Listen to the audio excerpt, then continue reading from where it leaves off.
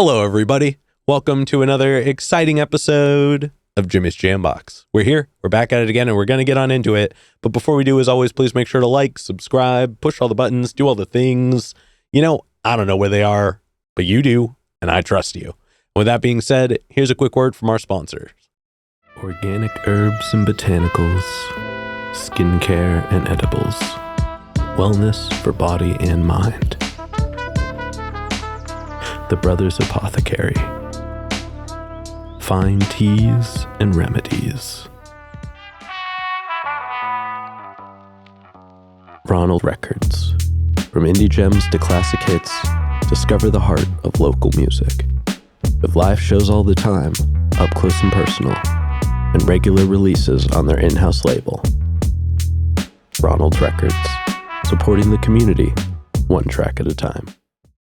All right, thank you all so much for watching. Again, shout out The Brothers Apothecary, Ronald Records, and Portland Water. Thanks for keeping us hydrated. And with that being said, let's go ahead and get on into it. Here is today's guest. Hi, my name is Michael DeMello from Wood Butcher. Hello. Thank you so much for joining us. Yeah. Why don't you tell us a little bit about, who you are, where you're from, what you do. Give us that Tinder profile of your involvement with music. All right, cool. Let's see. So my name is Michael. I'm from Portland, basically born and raised there. My dad was in the Air Force when I was a kid, so there was a little bit of moving around. I have played music for a long time. I am being 42. In my 20s, I played metal. And I wouldn't have believed you were 42, so that's impressive. I've been with my wife for 23 years, and we have been in the house we are in Portland for now 20 years, I think. So you just haven't had the stress of moving around 1,000 times to try and find a new way. God, do I dread when we do have to move, which we desperately need to move to a bigger house. Yep. Don't even get me started on that. But what was the start of music for you? What did that look like? My dad gave me a guitar when I was 14, an acoustic, and I remember tinkering around with that. I had a lot of friends that played that were like punk goth kind of stuff. And I think it was when I was about 19 or 20 is when I actually finally got an electric guitar and started really taking it more seriously. And then playing a lot of metal in my 20s. God. A lot of it was in a metalcore band for a while. Aren't we all? Yeah. If you don't go that route, did you play an instrument? Yeah. God, and I still love it. I don't play it very often. Fair. But was anybody else in your household musical growing up? Like, did your dad play as well, or was he just like, here's a guitar? My dad, it's funny. I realized recently, my dad is terrible at music, but he was the one that had he had the guitar. My mom, when she was younger, played. I think she said she wrote a song when she was in elementary school that was about David Cassidy. Oh yes, who didn't write a song about him back then? Yeah. And so we have a piano that was my mom's piano growing up. It was actually my great grandmother's piano, and so I tinkered around with that thing. Yeah. But really, I think I got most of my musical talent from my mom because seeing my dad play, I realized he's awful. Gotcha. Kind of sing and. We went to church when I was younger, and so there was a little bit of singing there. But and I guess in elementary school I was in the choir. Okay. So you always kind of had it in one way or another around you, at least. Yeah. Not super heavy. Nobody definitely was performing. Yeah. But it was around. I can remember my parents playing chopsticks together on the piano. Ah, yes, that old classic. Now, before we get into more what you do in the present day, I do have a couple foundation questions I like to check in with everybody on. Sure. And this first one, it's one we ask early, it's one we ask often, and it's definitely a crowd favorite. What was the first album you ever bought with your own money? Oh, okay. I've been thinking about this. It's, which is what I think it is. I don't know if this counts because you remember back in the day, they had the, what was it called? Where you'd get 10 free CDs. Yeah, you paid a penny. Yeah, and then you'd never pay for anything. And then eventually they'd send you to collections, but you're 12. So yeah. Well, that and it's what were they going to do? Go to collections for you over $2? Yeah. They didn't charge you anything. Yeah. Yeah. So I'm not sure if I actually bought it, but I do know that the first album that I remember really listening to and having was Wallflowers. I was in middle school. There was that you remember Wallflowers? That Mhm. was that's Bob Dylan's son. He's Mhm. got that one. Yeah, I'm the worst with names, but I know what Yeah, you're talking about. Yeah, and I think I heard that song on the radio the other day, and I was like, oh, that song. This is like some stupid song that I kind of like nostalgically still love. Yeah, And I'm like, oh, I should cover that just to. that's like me and Bop. Yeah. I don't care what anybody says. I don't care what mood I'm in, what day it is. Bop. There's just something about it. It just works every time. We had a friend when I was in elementary school that looked like one of the Hanson, like the drummer. There's always one. He just endlessly got crap for it. I apologized when when we were older. I was like, man, I'm sorry. We were really relentless about that. When we You were in 30, you're like, listen, man, you don't understand. I'm so sorry. It is funny because as he got older, he went bald, but he's also like a yoked out MMA guy. And it's Okay. but it's definitely, I feel like that maybe had something to do with it. Well, hey, either way, you're here now. Yeah. And then what was one of the first live shows you ever went to? That was like specifically one you wanted to go to. So the first one I remember going to, I think I would have been about 16, and it was the Cherry Poppin' Daddies. Interesting. This was like, this would have been like 97 or 8. It was, which I think was before. It was definitely before they had their like hit song and the whole Cherry Poppin' Daddies Zoot Suit Riot thing was popular, and so I remember, all my friends were like punks and goths, and I was like the kid that my nickname was Preppy when I was a kid because I just never changed the way I looked. Yeah, I don't know, it doesn't matter what I look like, but I remember like that was the one time I like put on camo and went with my friends, and there were like people ballroom dancing and swing dancing and doing all the stuff, and I was like, this is a lot of fun. And then that was like, I think also the last time I ever like dressed up like fair, like I'm gonna be a punk or something. Yeah, no, when you try to dress for like the style, especially like the style of music that you're in, but like it's not the like style you're into. Like there's a video on the internet of high school Jimmy in like the skinniest jeans you ever imagined. I had to borrow them from a friend because I didn't own any, and after I gave them back to him, I was like, I'm never wearing these again. That was an interesting experiment. like I just didn't understand it, but I did it. And again, it still exists somewhere, y'all. When you're a teenager, things happen. Yeah. Oh God, don't they? But we're not here to talk about me. We're here to talk about you. And before we officially get into the now, do you have a defining moment where you decided you wanted to take music more seriously? It's sort of, I'd say it's a two-parted answer because in my 20s, I do recall seeing a band when I was playing metal at that point, seeing my favorite band was In Flames. They're like a Swedish. I love In Flames. Thrash, like, oh my God, yes. Melodic. Yes. That was my style of metal that I really love. What era of In Flames did you like?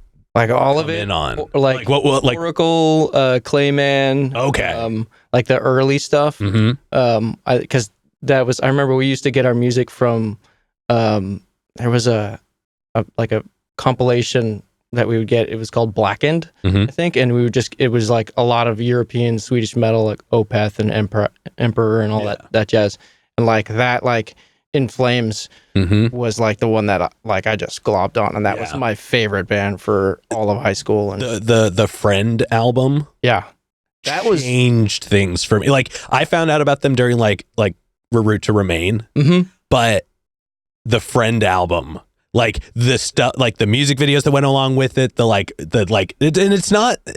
The first, those of you at home, that album, that one hit. I was very excited because the Reroute to Remain, when that came out, I was like, it was getting softer from their older stuff, and I still really loved it.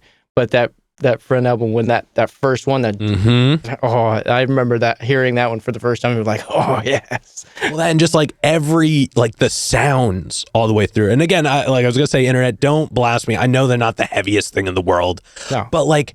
The sound is like the kicks were super tick all the way through, which I was like, this is strange for me. Like the guitar had this bite to it. It like had this perfect low mid. Yeah. Just like it was like that. It had that like low heavy to it without having to be like subwoofer heavy. Yeah. And like they used a lot of like synthesizer stuff. They were the first like heavier group I saw with like backing tracks even, but like they didn't do it in a corny way. They weren't like, this is going to play the whole way through and we're just going to like, it accented moments. Yeah. And that My Sweet Shadow had the coolest music video. It was just them standing on top of flames. That's all it was. It was them in fireproof suits with metal grates that they were standing on, and fire was coming up under it. And that was the whole, it didn't cut to somewhere else. It wasn't like them on a beach later. It was just them in this industrial building just with doing it. Fire.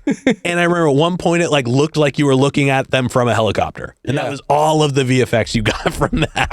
They were my band for a lot of years. It slowly, and for a long time, like I really didn't like American metal, so like I wasn't really into like Pantera and that's fair. Like that. This is like the late '90s. Yeah, and there was some early American metal that like early Metallica that I was like, oh, this is good. Yeah, but like there was a lot of it that I just for a long time kind of hated. But the European, that thrash. What, you mean you didn't love the Black Album? It was fine. It had its time. Yeah, it was no Kill 'Em All. Yeah. Oh no. Yeah, Master of Puppets, Ride the Lightning, all of that. That was definitely my jam back then. But it morphed into like sort of Darkest Hour, Killswitch Engage, that sort of melodic metal. Yeah. When that started coming on and Killswitch did it for a lot of people. Yeah. Yeah. There was definitely like, it was like, oh, melodic metal coming from the US. But okay, so getting back to the question. Yes. Seeing In Flames and actually seeing Unearth actually open up for them, which is, I didn't know them at this point. And this was like my like, holy shit, this band's crazy good. But also I was like, I can do that. Yep. I can play that. The stuff I'm writing is like that. And I could put a band together like I think I want to do that. Yeah. And that was like the moment. That probably was like 2002 or something like that. And then and I had a lot of friends playing metal, and we just kind of like, I really put together a goal of putting a band together, and we did that for a few years. Dead by Sundown. You can't find us anywhere. Maybe SoundCloud or something. Good name though. Yeah. Good name. Was that your name choice? You should bring that back as a different project later. No, it was the whole band. We had a friend that worked at Movie Madness, and he misquoted a movie. He was like, what about Dead by Sundown? And he turned out he misquoted, and it was like Dead Before Sundown or something like that, but we were already locked into it by that point. So we played for a couple of years around town. It was a lot of fun. Gotcha. Well, thank you for sharing all that. Let's go ahead. Let's get on into the here and now. I guess usually I ask people first, how do they pick their artist name? But you don't do music under your own name, correct? It's just the band. Wood Butcher, yeah. Let's ask that. How did you pick out the band name? So I'm a carpenter. Wood Butcher is a derogatory term for a carpenter. Oh. Yeah.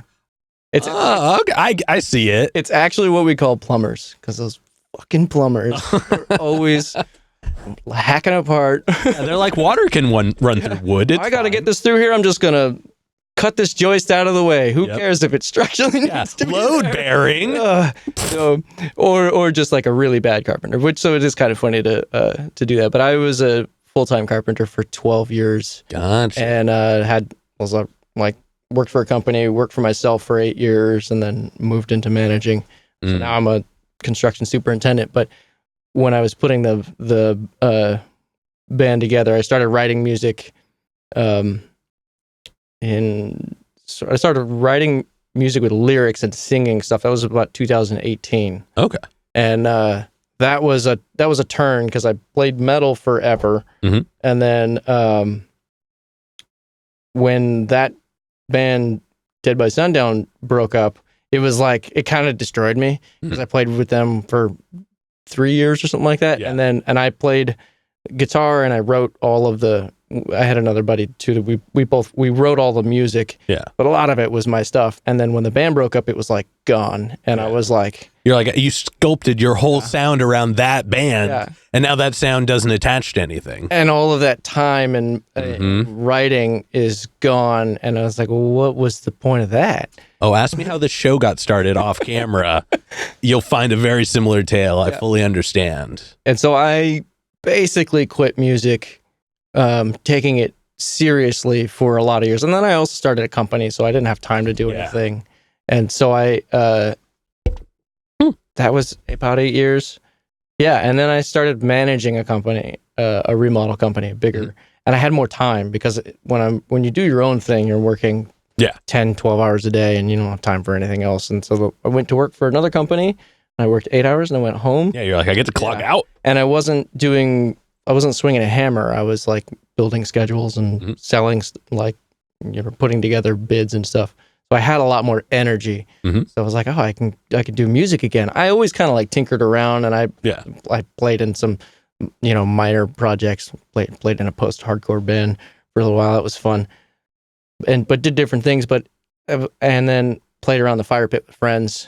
Well, that was it. I guess I played in a cover band with a buddy of mine for 2 years, and that was like classic rock and just kept the chops up. Eddie and Beatles and that kind of stuff, and it was a lot of fun. And that was actually my introduction to how to kind of write in that style. And then I was singing a lot, and then I started going to open mics. My wife convinced me to go to one, and I started. And then I had the idea, which apparently everybody has this idea, or it's a normal thing. Was like, I want to write songs, so I'm gonna write a song every week.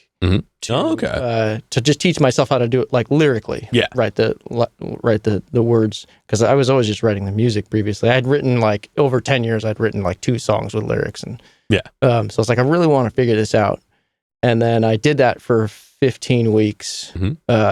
And I would write a song, and I would go to the open mic, and I'd perform like some covers, and then here's the song I'm working on, and that turned into the first EP.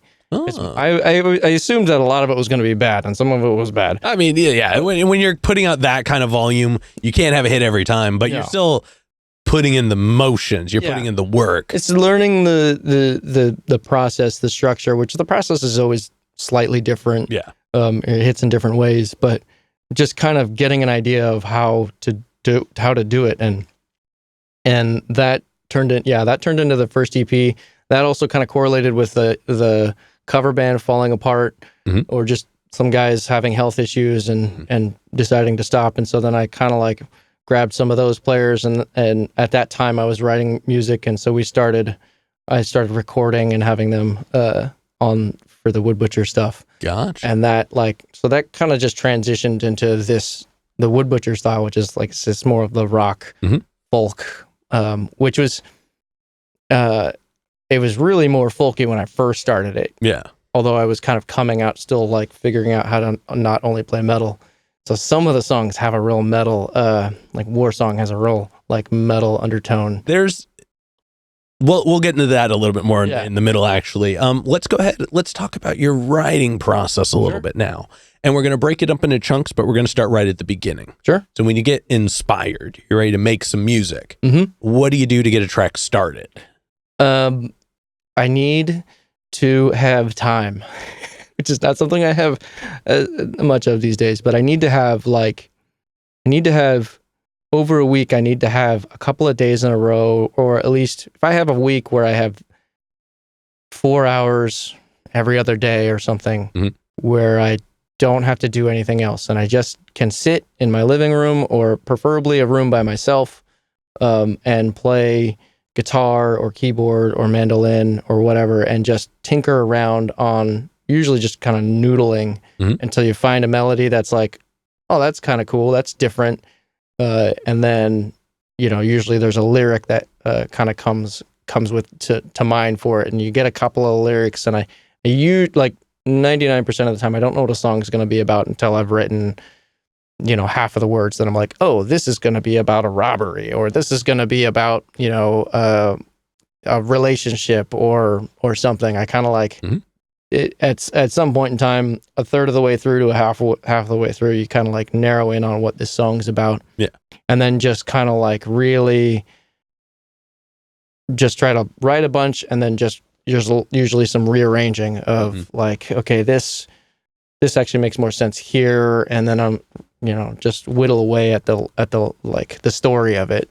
The story tends to be like 80% of the time the story is what dictates, or the melody kind of sets a mood, and then the lyrics start to have a story, and then I'm trying to figure out how that all is gonna puzzle together. And sometimes every now and then there's ones that just like don't make any sense, and they're just you kind of mumble out some stuff and you're like, this is kind of fun. And I think I have one or two where I'm like, yeah, I'm just gonna leave it like that. And then like a few years later I'm like, oh, that song was about my dad or something. Gotcha. Okay. And then once you get a track finished writing, which I guess, at what point do you bring the band in? Like, do you write a full song and then bring it to them? Do you bring pieces and let them write bits? Like, what does that look like? It depends on, so for, in the beginning of the band, it was me just writing full songs and then bringing it to sort of the band. And that was like 2018, 19. We recorded in 2019 with Shady Pines with Brian. Shout out Shady Pines. Yeah, they're my favorites. And then 2020. Got everything done literally like January, February 2020, and we're like, let's release it. Oh. And then I did release it in May. Who knew it was going to last that long? But it was also like, I can't just hold on to this forever. So we did release that. And that chunk, so the Dirt, Gravel, and Stone EP, that was really like, I have my songs that are structurally put together, and I bring it to the band, and for 90% of it is like the drummer's going to do something and I'm going to be like, that's cool, or maybe we should bring it down a little bit, and the bass player's going to do what they're going to do, and I'll have like very light input, which is still kind of holds. But these days, I guess it's still fairly similar, where I have 80-90% of a song. There are every now and then there's ones where I bring them to the band and I have like 10% of the song, and we'll just kind of jam on it and see if this feels like it's going to work out with the band, and and then we'll kind of like slowly chip away. But that's not as often. That's probably only 10% of the time that we end up doing that. But it is fun to like do that and be like, oh, this is going to be a really fun band song, and so then I might like tailor some lyrics to like lend towards that energy or whatever. Gotcha. Okay. And then once you get a track finished writing, it doesn't have to be like recorded and released, but like it's done. You guys are ready to start getting it like figured out, memorized.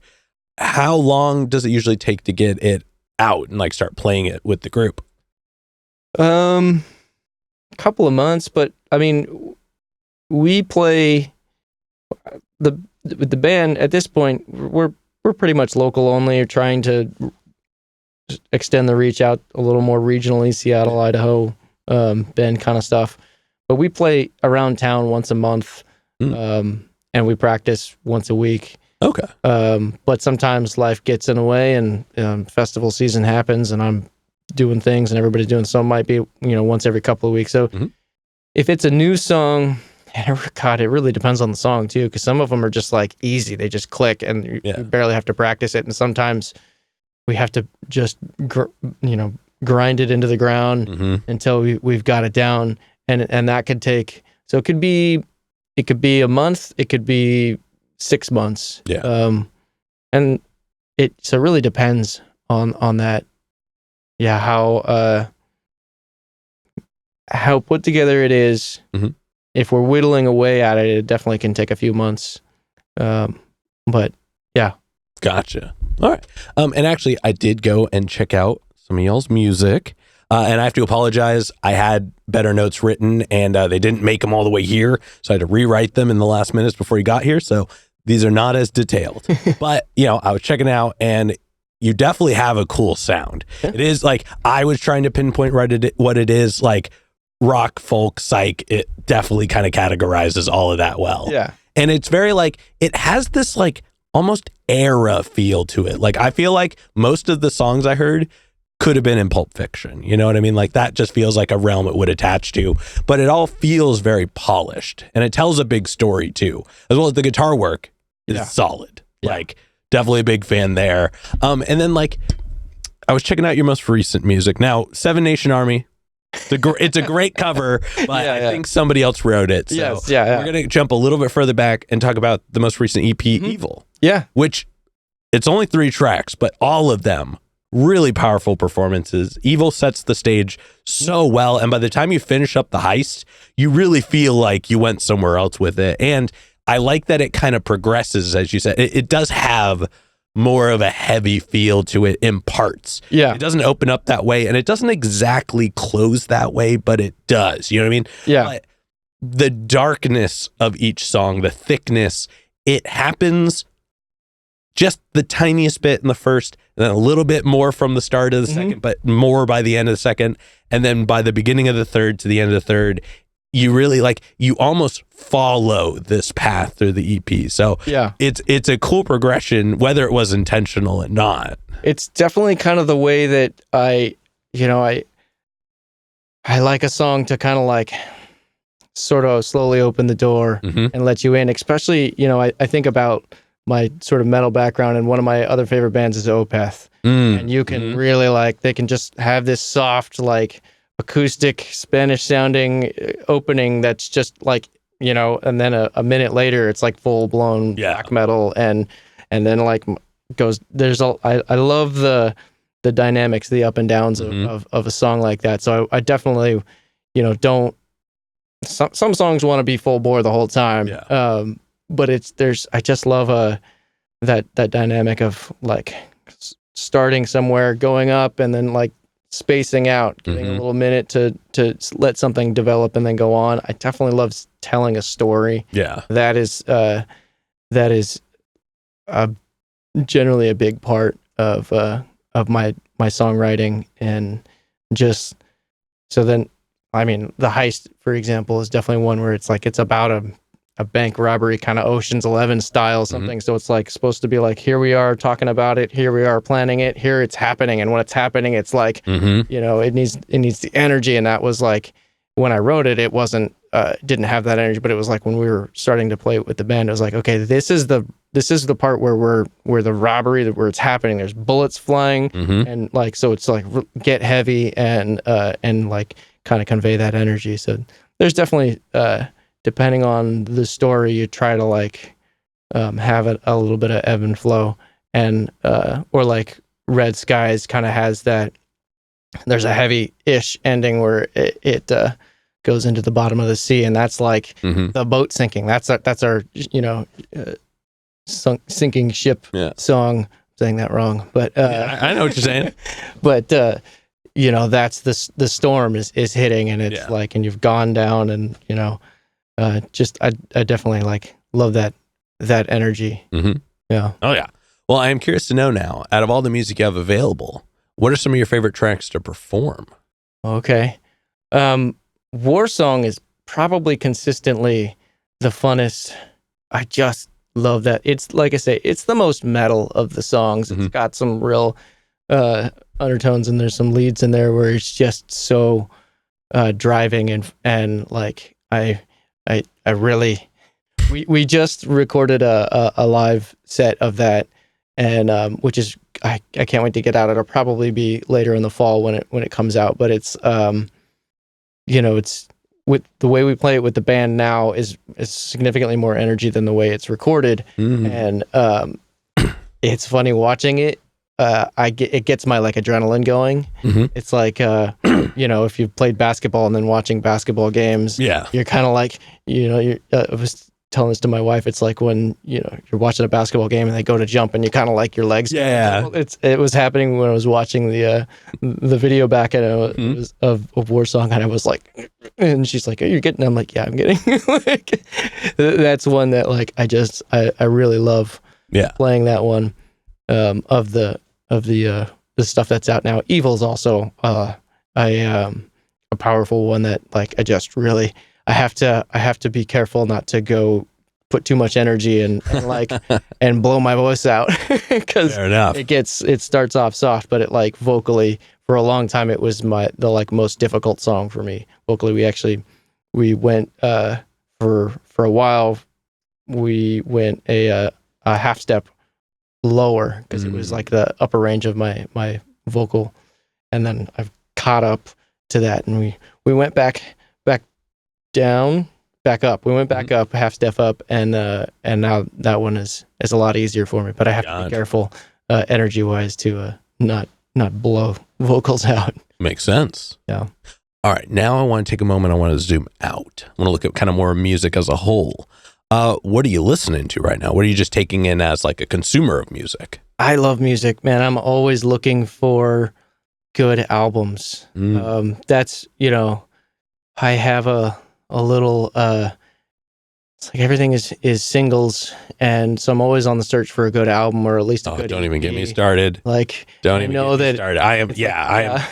The algorithm wants person. Yeah. And I want the album so badly, and that's like putting out music. I try to. It's like we put out the EP is the beginning of, like, we're releasing a whole album. We have 9 of the songs fully recorded, and so like, but I can't put them out as a single. We did the cover because I was like, well, that's a cover. I can get that one out, and I actually have another song that matches with it that will when that one comes out in about a month or something.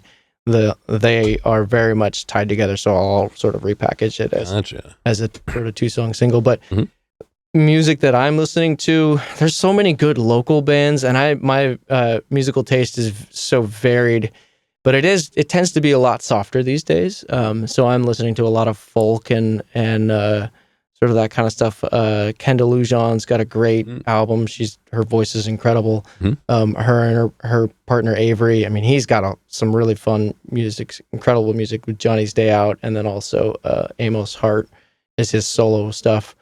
I love anything that tells stories. Anna Tivell, her stuff, and her partner Jeffrey Martin, both of them are like, their storytelling, like poetry, is just incredible and kind of kills me. So that is definitely a style of music I just in the last for the last 4 years or so just kind of really consume, like that folky. Doesn't have to be folky, but great musicianship, but really like the lyrics and the music tell a story that just sucks you in and really can make you feel.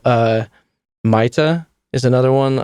They played our festival. So I Shady Pines Radio, I help run the festival, and I'm on the board of directors.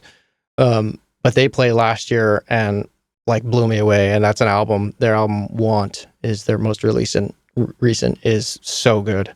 It definitely like is another one that just kind of like has a theme running through it and tells a story. It's a little more sort of the new not grungy, but it just has that feel of a lot of that kind of music these days, which is, it's funny to be being older and be like, you're seeing it come back. You're seeing it actually come back. You're like, oh, this is what my parents went through when they were like, that's already was a thing. And you're like, you don't understand, Mom. And now you're like, I do understand, Mom. My daughter is 15, my oldest, and I have 3 kids, 15, 13, and 11. Oh, that was good. And their style is like my style and I remember my mom being like, you guys are wearing baggy stuff like when in the 70s. It's like, they've got the long baggy pants, and my daughter was 2 days ago, they were both daughters went to the store, and I went and picked them up, and it had been raining, so like her pants were soaked, and I was like, yeah, I remember that. Hey, what was old is now new. New spin. It's very close to what we were doing, but yeah. All right, and then before we get into this next part, this next question is probably the densest question in the interview. Sure. But we talked about, your experience with music, the actions, the reactions. But when it's just you and music one-on-one, what does music give back to you? Oh, music is everything. When I love, whether it's listening to music one-on-one or just me, headphones in, listening to a new album that just like hits you the right way, and puts you in the mood, like just in the feels for whatever you're listening to. Or if it's a heavier thing that you're just like, I still love metal. It just has that passion and that like intensity. But then also, these last couple of years, going to see all of the like crazy good like local bands, and going with friends and dancing to Johnny Franco in the park, like having these experiences where we're together and like really having those experiences. Certainly like doing the festival, God, that was this last year was incredible. It was our third year. And it's so much work.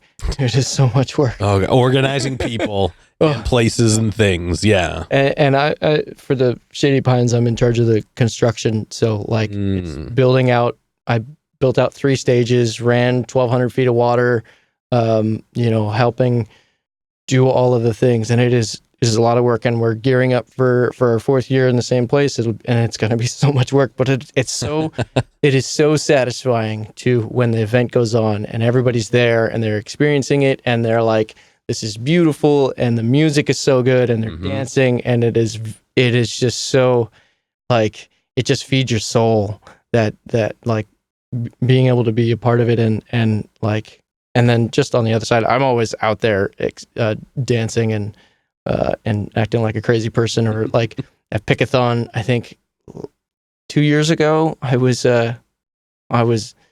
crowd surfing for the first time in about 15 years. Exciting.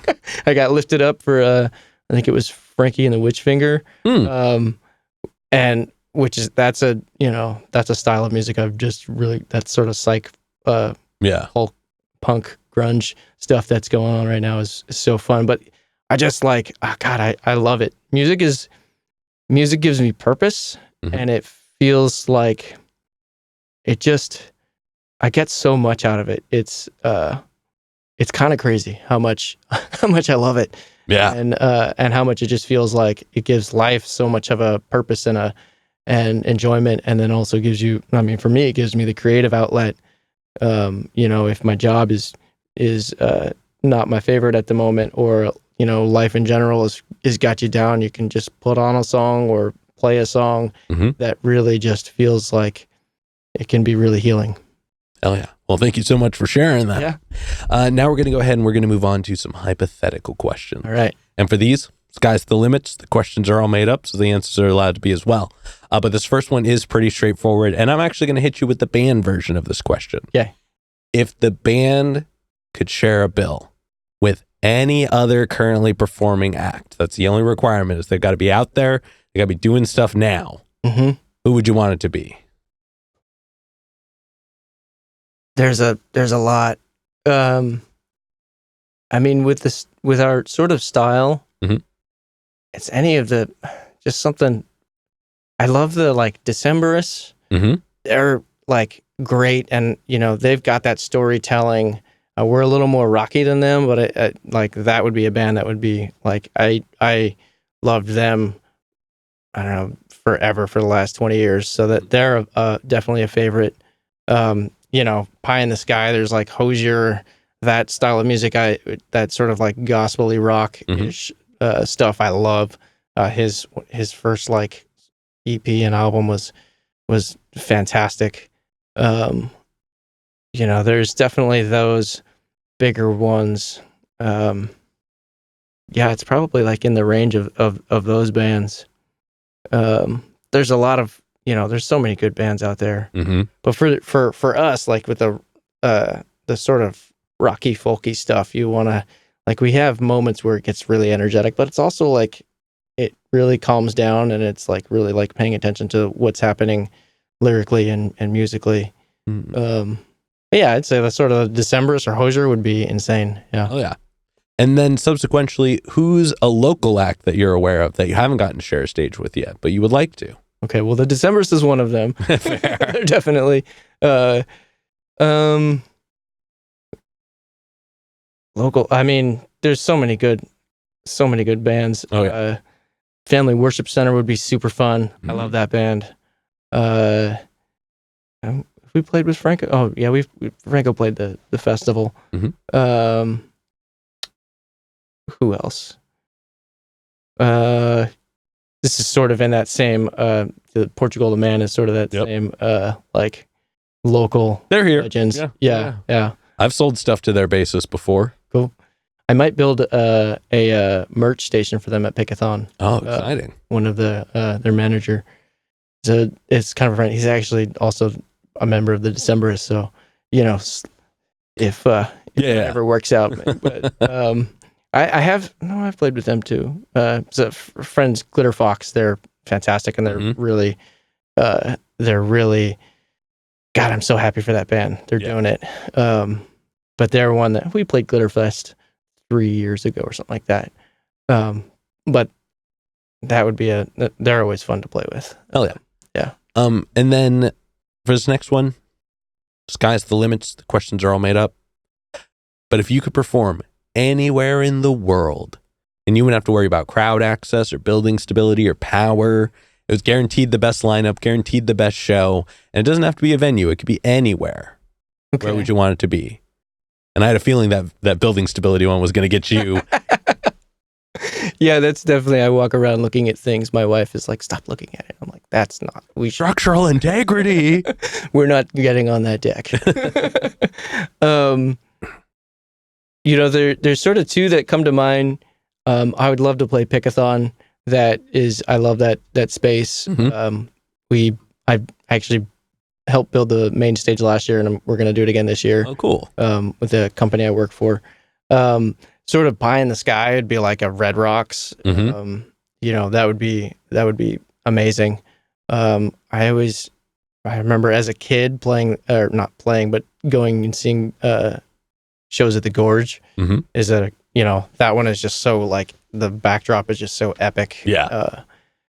Some of those would kind of be the, like, I know they're sort of like not that far away. Oh, I mean, the just because it's not like Madison Square Garden doesn't mean it's not still cool. It is funny. I like the Madison Square Garden, kind of like, Rose Garden. I'm not going to call it the Moda Center. Yeah. Because I'm old. Those, like, sort of big stadium, would be cool, but it's not what I be like.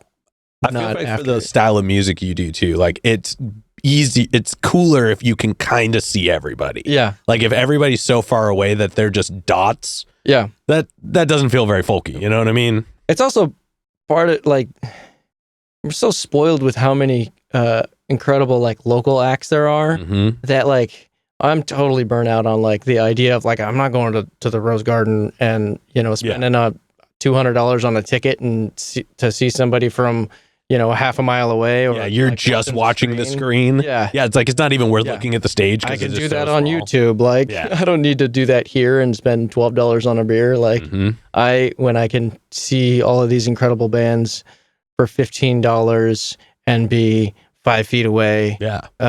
Hey, once a month you can see 4 awesome acts for $5. Yeah, $5 even better. Yeah. All right. To wrap up the hypothetical questions, if you could get one more album from anybody, they could be alive, they could be dead, they could have not put out an album in 100 years, they could have put out an album yesterday. Who would you want an album from? Who would that be?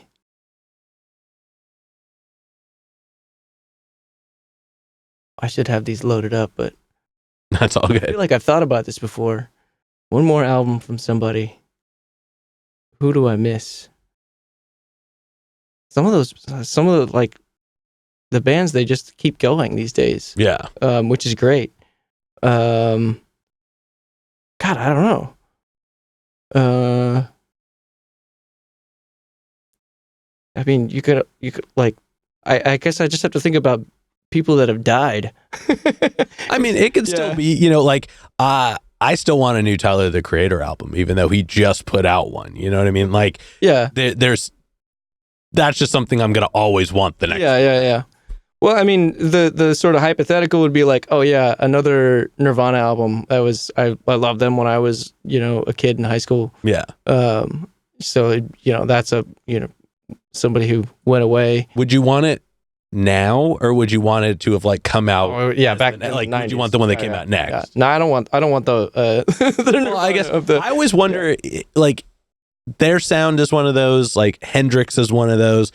I genuinely wonder like what they would be like now, just because the world of music was so different when they left. Oh, yeah. And they were so iconic and immersed in their space of time that time would have changed because of their existence, not the other way around. Yeah. Yeah. Yeah. Yeah. Oh, and just going into it's interesting because you think about all of the bands that like I loved Tom Petty, and then like actually my favorite of his is his older or his like newer stuff. I say newer, but it would have been what came out in the 90s, or like Johnny Cash was around, and like his that last album that was mostly covers or all covers, like that was great. You get away with covers in that genre a little bit more than most. Yeah, definitely. Except for classical. Classical is literally all covers. Yeah. But nobody talks about that. Nobody wants to talk about the big questions. We're coming for you, orchestras. Write some new material. No, I'm kidding. All right. But with that being said, we're going to go ahead and start wrapping this up. Sure. What can we look forward to in the next 6 months? Yeah, so we do have pretty much a whole album recorded. We have little bits to finish up and put a bow on it. My goal was to get it out in end of summer, but I am now so busy with festival build season that's coming on that I'm like, I am going to slow it down. So we have like the Seven Nation Army came out. I have a Tooth for the Trouble that ties in with that will go out probably a month and a half, but I'm going to slow down. I have at least another sort of EP that would come out. That's going to be 3 songs, and then the full album in probably November. And that the album is called Allegories, and so it's like really just all the stories, because there's so many of the songs are just like literal. Well, that's your whole thing. Yeah, it's just the story. So it just kind of this chunk of songs. So many of them are just little books that. That's how I'm kind of packaging it, putting it together. It just makes a lot of sense. I think it's interesting because the newer stuff that I'm writing that will be years from now, that stuff tends to be a little more personal. So we'll see how that plays out. But yeah, we'll be putting out more music over the next 6 months, and I think maybe by November at the very latest, I might do a birthday release show or something like that. Exciting. And for the full album, but because we have just so many of this. I loved the Evil EP. I loved it, but it's also just as happens. So happy to get like past it. Yeah, just so you can be for the next stuff, and even the with Tooth for the Trouble coming out. That's definitely the heaviest sort of psych rock song that will match really well with Seven Nation. And then the stuff after that is really fun, high energy stuff. And then there's, I think, with the whole album, it might be a little more slightly subdued. I don't know. Kind of, there's always contemplating how the puzzle will fit, how things make sense together. And, I want to package things that I want to put them together that has a story, that has some kind of, sort of artistic way to put it together, so it's not just dumping it out there or whatever. I'm just always trying to like contemplate that, and the longer it takes. But it's definitely one of those things where I'm not going to rush to dump it out because I don't want to put it out unsupported. And like that's what would happen right now. I don't have the time to like put it out and make sure that it's like going out to the right people. And you only get to release it once, so it's worth putting the care in. As long as it's like care to release at a time to make it make more sense, not just to like blow it off. When you're getting ready to put the album out, bring the whole band back and let's do a tuned in episode about it. I'd love to talk about the album. For this next one, go and look straight at your camera. Tell everybody how they can find you. So Wood Butcher's on all of the streaming platforms and all the social medias. Well, most of them. We're not on Twitter, but all of the Spotify's, Apple Music, all of that stuff, you can find us, and we play in Portland all the time, and we're looking to spread our reach into more regionally. Oh yeah. And then any other plugs, any other shout outs, anybody else you want to put on while you're on here? Oh, definitely Shady Pines Radio. like I say, I helped build that festival and part of the nonprofit. The work that they do is great. It's such I love it.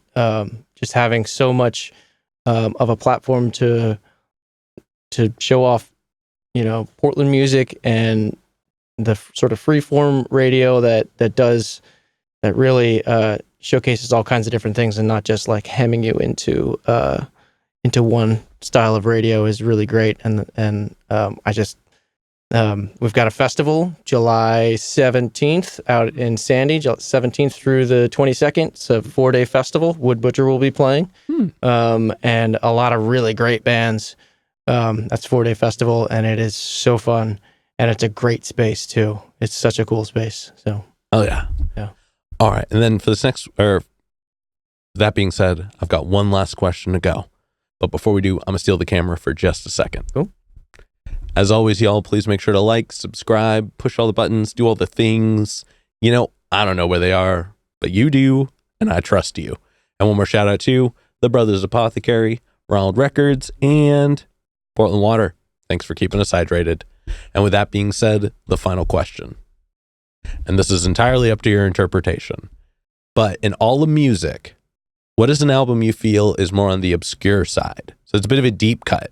It's one not a lot of people would know, but it's one you think everybody should know. There's a Radiohead album, I can't remember the name of it, that is like a weird one that I always loved. That wasn't OK Computer.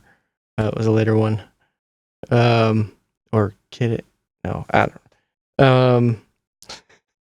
I should be more prepared for these things. No, you're all good. I don't know. What any of the older December stuff is great. The Castaways and Cutouts is it's funny because a lot of their stuff is like they'll have their one or two like sort of radio hits, and then you go to the album and it's like and you're just like, yeah. Yeah. So any of those older ones are great. I love the storytelling in all of those. But yeah, Picaressa, Castaway and Cutouts, those are probably ones I'd recommend. Oh yeah. Well, thank you for that rec. Yeah. With that being said, we're going to go ahead and wrap this up. Thank you so much for joining us today. Yeah. And this has been another exciting episode of Jimmy's Jambox. I'm Jimmy. I'm Mike. And we're signing off. Later, y'all.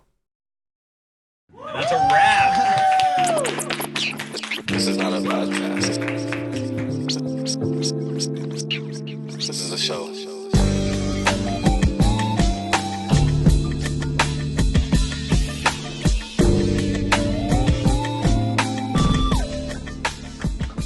Keep jamming.